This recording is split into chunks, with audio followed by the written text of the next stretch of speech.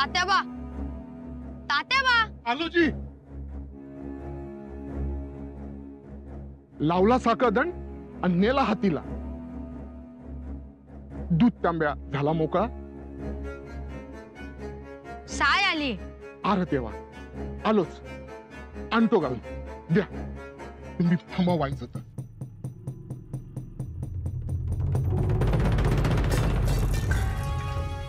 अरे अरे अरे अरे अरे डोळं फुटला का रे तुझं? तात्याबा, सांडू द्या. चांद, तुम्हें लगा तो नहीं ना? चांद. युवराज, त्याला नाही ऐकू येत. ओ, त्याला बहिरा केला नव का?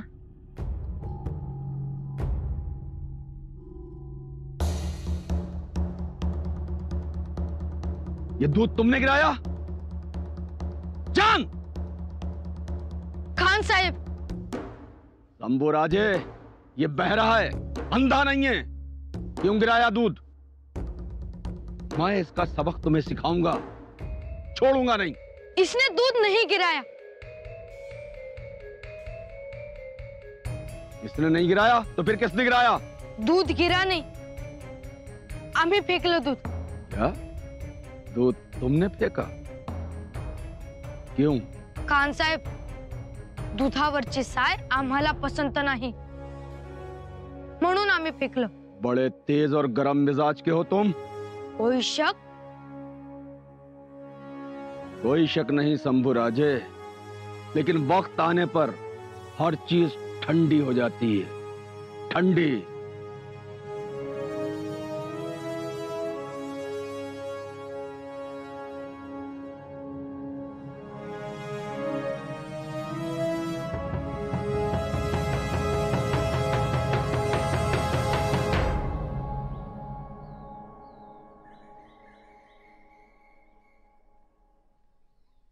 कौन हो तुम?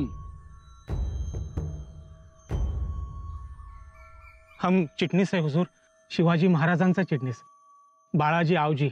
यहाँ किस लिए आए हो? हुजूर, मिर्जा राजा को खत देना है. मिर्जा राजा का खत से क्या काम? खत में क्या लिखा है? हुजूर, गोकुळाष्टमी जवळ आले, युवराजांना थोडे दिवस राजगडावर पाठवावं असा मजकुराचा खत आहे. खत नहीं, अर्जी लेकर आओ, फिर सोचेंगे. हुजूर, अर्जी? हाँ, अर्जी. अर्जी दे दो बादशाह के नाम पर, फिर वो अर्जी हम दिल्ली दरबार भेजेंगे, वहां से इजाजत मिलेगी, फिर हम आपको इजाजत देंगे. पण त्यात भरपूर वेळ जाईल हुजूर. दरबारी काम है, वो भी दिल्ली से. मिलेगी इजाजत, पहले अर्जी लेकर आइए. हुजूर, लेकिन दिलेर खान ने एक बार जो कह दिया वो कह दिया. आप जाइए, अर्जी लेकर आइए.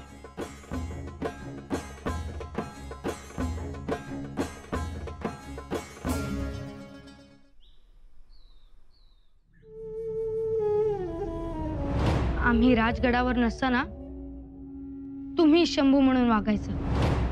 गोकुळात बाळकृष्णाच्या मनमोहक लीला, यमुनेच्या काठावर त्याच्या चित्त वेधणाऱ्या खोड्या, यशोदा मातेचा मायेचा पदर आणि गाय वासरूंचा हंबर.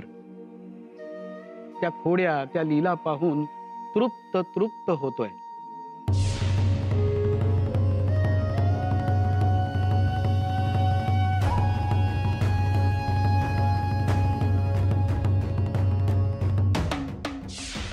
बाळकृष्ण हसायचा तर हजारो कमळे उमलायची. तो हट्ट धरायचा तर त्याचा हट्ट पूर्ण करण्यासाठी नंदराजाला होणारा आनंद तो केवढा. पण देवाचं हसणं, देवाचं खेळणं, बागडणं राक्षसाला थोडंच आवडणार आहे? नाहीच आवडलं. मथुरेला कंस अस्वस्थ झाला, त्यास क्रोध आला आणि हे थांबलं पाहिजे म्हणून प्रत्यक्ष बाळकृष्णास त्याने मथुरेला बोलवून घेतलं. अक्रूराला धाडलं त्याला घेऊन येण्याकरता.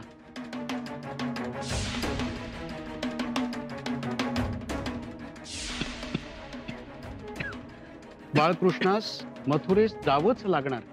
आपला बाळकृष्ण जाणार या कल्पनेनेच सार गोकुळ गहिवरलं.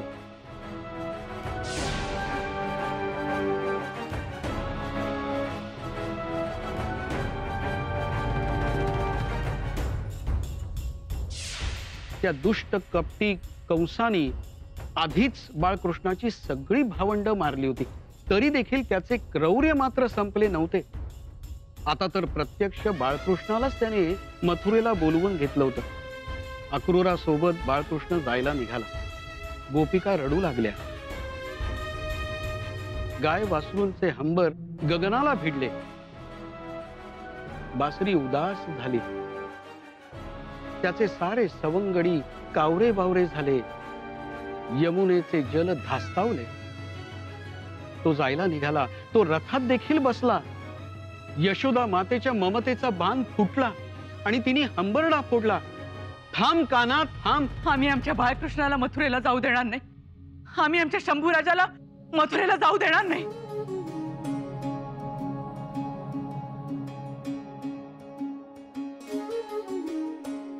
आम्ही आमच्या शंभूराजाला मथुरेला जाऊ देणार नाही. आऊसाहेब, आऊसाहेब,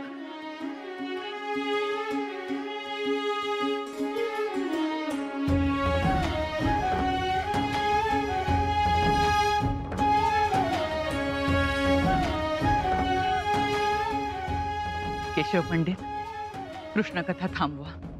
परंतु आमचे बाळराजे कंसाच्या छावणीत आहेत. ते गडावर नाहीत. मग ही कृष्णकथा ऐकण्यात काय मतलब? पुतळाबाई, जी.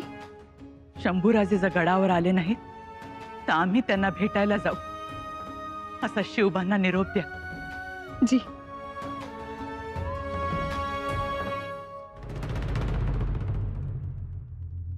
सगळ्यांनी धास्तावून जावं असं काहीही झालेलं नाहीये. धास्ताव जाऊ नाही तर काय हो, एक एक गोष्टी कानावर येतात आणि मग धीर खचतो. कोणत्या गोष्टी? अफवा असतात कधी? रामनगरच्या राजाच्या मुलाला ओलीस म्हणून बोलावून घेतलं आणि मग सोडलंच नाही. खरंय की खोटं? राणी साहेब, पेठ, चोथिया येथील राजपुत्रांना सुद्धा याच मिर्झा राजाने ओलीस म्हणून छावणीत बोलावून घेतलं आणि मग राज्य बळकावली. खरंय ना हेही? हो. हे माहित असून सुद्धा तुम्ही आपल्या लेकराला पाठवलं म्हणजे काय हो? सई राणी साहेबांना दिलेल्या वचनाचाही विसर पडला तुम्हाला. राणी साहेब, आपल्या बाबतीत असं काहीही घडणार नाहीये. समजुतीच्या चुली पुढे बसवून समाधानाची ऊब द्यायची आणि घ्यायची. मग आम्ही गप्प बसतो, कुणी काही बोलणार नाही. पण या मिर्झा राजांचा कपटीपणा आम्हाला ठावे असता तर आम्ही शंभूराजांना राजगडाची पायरी उतरूनच दिली नसती. राणी साहेब, तुम्ही नका काळजी करू.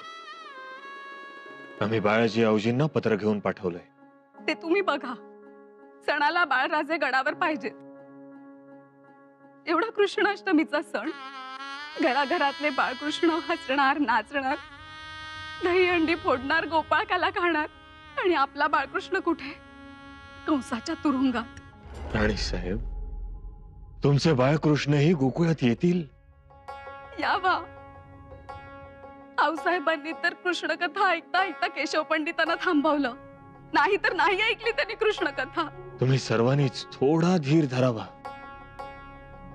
आपली कमजोरी लगेच पंख फडकवत शत्रू जवळ जाते, कारण ती आपली असली तरी ती शत्रूच्या गोटात असते. म्हणून म्हणतो आहोत, थोडे संयमानं राहा आणि सण साजरे करा. रयतेसही दिलासा मिळतो. बघू आऊसाहेब काय म्हणतायत ते.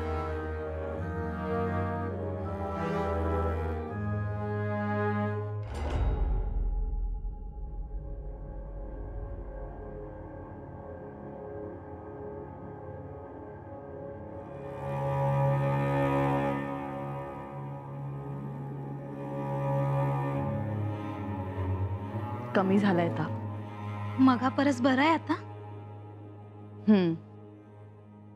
आऊसाहेब अशा आजारी कधीच पडल्या नव्हत्या. शंभूराजे छावणीत गेले आणि आऊसाहेबांची तब्येत खालावते. अव खरा खरा तोंड उतरलं त्यांचं. आपल्याला कळतंय की. हे घ्या चाटण. राजवैद्य म्हणाले द्या थोडं, तोंडाला चव येईल. हो सोरा, काय झालंय आम्हाला? कधी मध्ये होतं कसं नुसतं जाते तोंडाची चव. शंभू बाळांचा काही निरोप आला?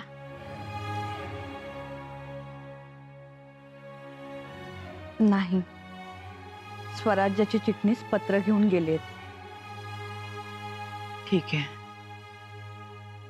ते आले की सांगा आम्हाला. आणि आता आम्हाला जरा आराम करू द्या. या तुम्ही. चाटण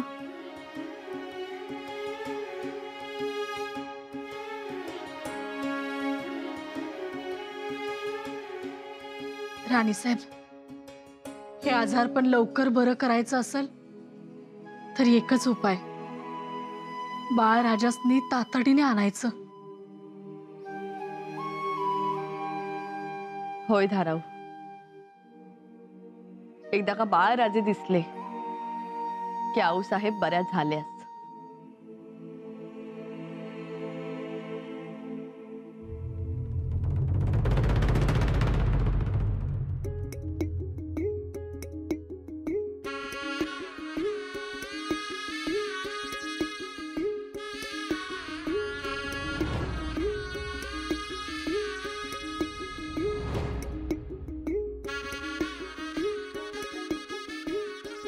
युवराज,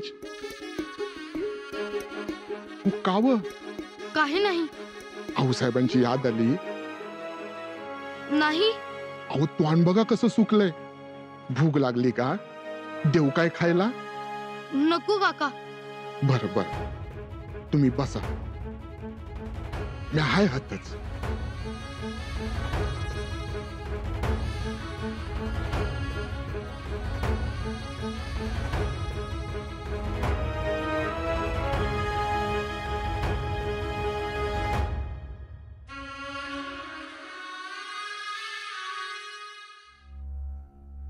दिलेर खानाच्या बी पाहिलं? अरे सोन्यासारख्या पोराला असं जखडून ठेवलं या. बाळाच्या आऊजीला पण त्यानं असं धुडकावलं. आता ना काय होईल ते होईल. असं वाटतंय जाऊन एक ठोका द्यावा जिवारी. बर, युवराजामुळे आपले हात बांधले ती. तर यांच्यामुळं आपल्याला गप्प बसावं लागतंय. अरे शिळीमकर सरदार, धुमाळ, मरळ लय लय खवळल्यात. असा राग येतो ना, तो खान जर असा डिवचत राहिला ना तर एक दिवशी कुणा ना कुणाचा हात ठोशा खाणार यो खान बघ. पण बाळाजी आऊजींना नाही म्हणायचं काय कारण? गोकुळाष्टमीचा सण आलाय तोंडावर. आता सणासुदीला युवराज गडावर पाहिजे असं कुणाला बी वाटणारच. अरे ह्याला सण सुद्धी काही नाही. अरे पण दुसऱ्याने काही सण करू नये. मला बी लई वाईट वाटतं रे. पर काय करा?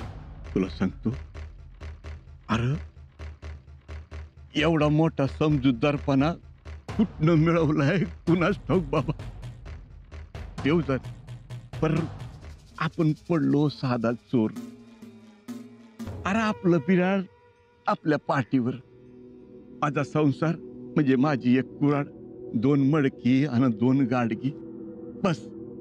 परत तुला सांगतो, पोटच्या पोराला एक दिवस बी नजर आड होऊ दिलं नाही.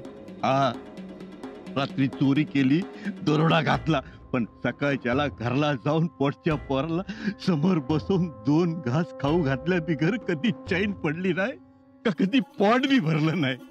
आणि इथं तर खायला सोन्याचा घास आहे, प्यायला अमृत आहे, माया करायला एवढ्या आया आहेत. आणि बाप तर केवढा मोठा माणूस. आणि आजी तर एका ठोश्यात वाघाला बसविल एवढ्या हिमतीची. आणि हे लेकरू कुठं आहे? इथं या छावणीत. कुणाला बोलावं, कुणाला सांगावं? आता तू सांग, तिथं राजगडावर काय झालं असेल रे? काय झालं असेल? वय ह्या बंदीखान्यात बंदी होऊन पडलाय आपला एक कृष्ण. आता गडावर पाळणा कोण बांधणार?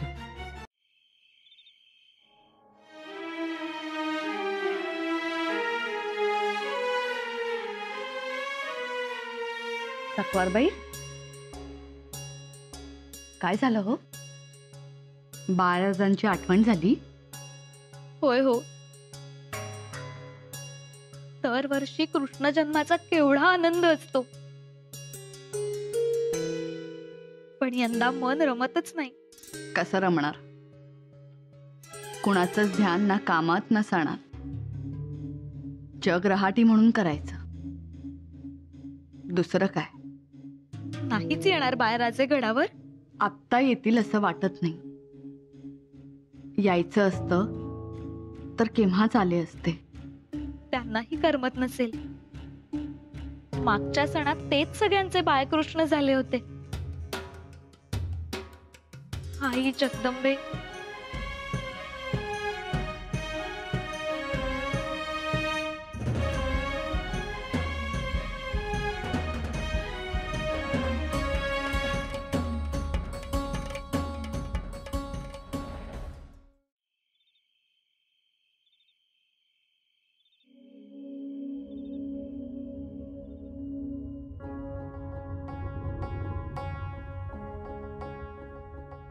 शंभू राजा, क्या हुआ?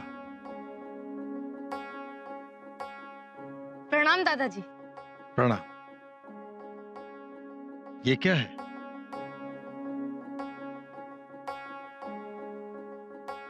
हे लुगडे आमच्या आऊ साहेबांचे लुगडे आमच्या जवळच असते.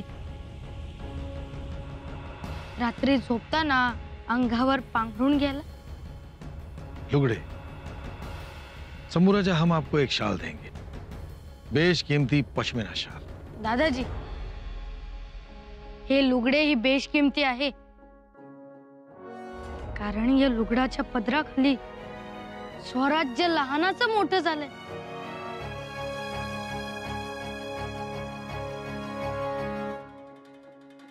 शंभू जी, बहुत ही उच्च और उत्तम ख्यालात हैं आपके. काश काश हमारी भी एक ऐसी ही औसायत होती.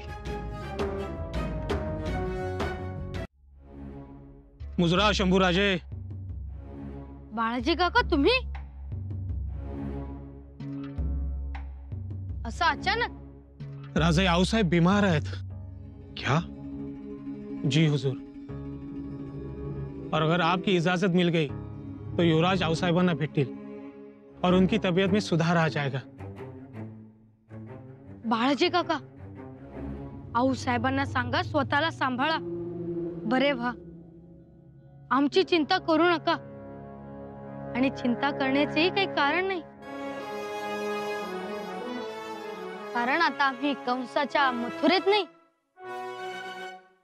तर प्रभू रामांच्या अयोध्येत आहोत.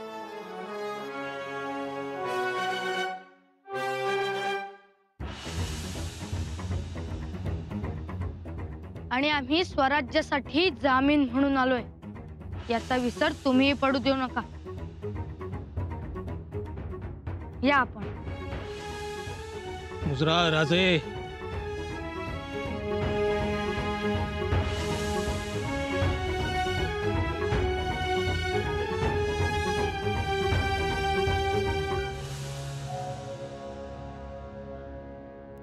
बहुत खूब, बहुत खूब.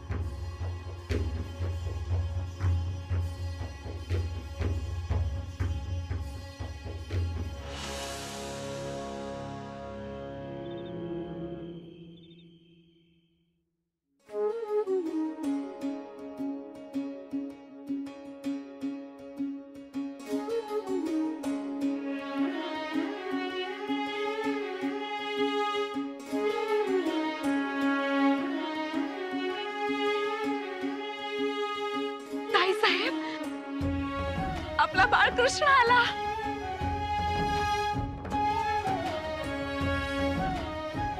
शंभूराजे,